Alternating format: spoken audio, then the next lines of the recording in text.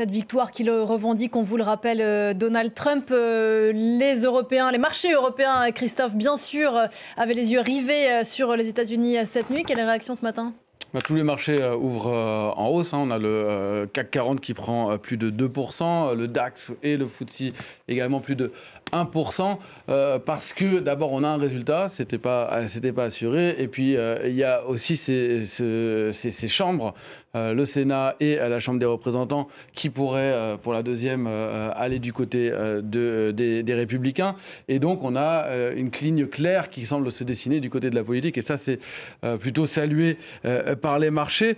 Les monnaies réagissent très fortement ce matin. Le dollar gagne beaucoup face à la plupart des monnaies, face à l'euro, face au peso mexicain qui chute de 3% parce qu'il y a cette crainte de voir des droits de douane imposés par les États-Unis sur les exportations mexicaines.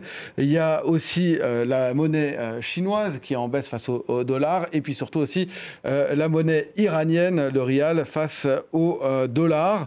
Et puis le plus important, peut-être la plus grosse réaction, c'est celle qu'on a vue ce matin sur le Bitcoin, qui bien avant l'annonce de la victoire sur certaines chaînes concurrentes de la nôtre de Donald Trump, a battu son record à plus de 75 000 $, avant de descendre un petit peu. Donald Trump, il s'est imposé, même s'il critiquait il y a encore quelques années les crypto-monnaies, il s'est imposé comme le candidat des crypto-monnaies, du Bitcoin. Il a été au mois de juillet dernier à la grande conférence, la Bitcoin Conference, où il a fait un discours. Il a dit qu'il allait simplifier les règles des crypto-monnaies, de rendre ça plus facile. Il allait aussi, l'une de ses premières actions, ce serait de limoger le président de la Security and Exchange Commission, la SEC, qui est jusqu'ici très hostile, qui a été très hostile aux crypto-monnaies.